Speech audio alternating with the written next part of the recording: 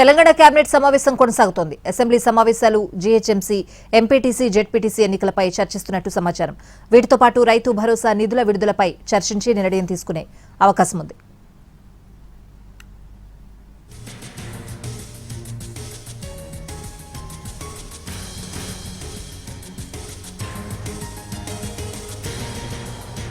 Telangana cabinet సమావేశం కొనసాగుతోంది. Assembly సమావేశాలు, జీహెచ్ఎంసీ, ఎంపీటీసీ, జెడ్పీటీసీ ఎన్నికలపై చర్చిస్తున్నట్లు సమాచారం. పూర్తి అప్డేట్స్ అడిగి తెలుసుకుందాం. మా ప్రతినిధి సుధీర్ లైవ్ లో ఉన్నారు. సుధీర్, ముఖ్యమంత్రి రేవంత్ రెడ్డి అధ్యక్షతన కేబినెట్ సమావేశం ప్రారంభమైంది. సుమారుగా గంట సమయం కావస్తుంది. దాదాపు 60 అంశాల మీద చర్చిస్తున్నట్టుగా కూడా తెలుస్తుంది. కీలకమైన అంశాలు ఇందులో చర్చకు వచ్చే అవకాశం ఉన్నట్టుగా కూడా తెలుస్తుంది.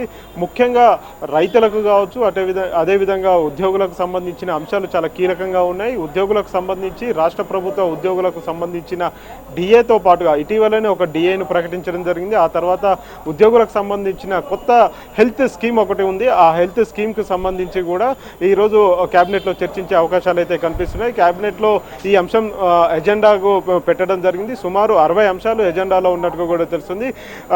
చాలా అంటే జాతర తర్వాత, మేడారం జాతర కంటే ముందు జరిగిన క్యాబినెట్ ఏదైతే ఉందో ఆ క్యాబినెట్ తర్వాత మళ్ళీ ఇప్పుడు క్యాబినెట్ సమావేశం సుమారుగా నెల రోజుల తర్వాత జరుగుతున్న ఈ క్యాబినెట్ సమావేశంలో చాలా కీలక అంశాలు చర్చకు వచ్చే అవకాశం ఉన్నట్టు కూడా తెలుస్తుంది. ఈ ప్రజాప్రభుత్వం ఏర్పడి 28వ సమావేశం ఇది. 28 సమావేశాల్లో జరిగిన నిర్ణయాలు ఏవైతే ఉన్నాయో ఆ నిర్ణయాల్లో ఏవేవి అమల్లో ఉన్నాయి, ఏవి పెండింగ్లో ఉన్నాయి అనే విషయానికి సంబంధించి కూడా ఆ 28 మిగతా 27 సమావేశాలకు సంబంధించిన ఎజెండా కాపీలు అందులో పూర్తి అయినాయి.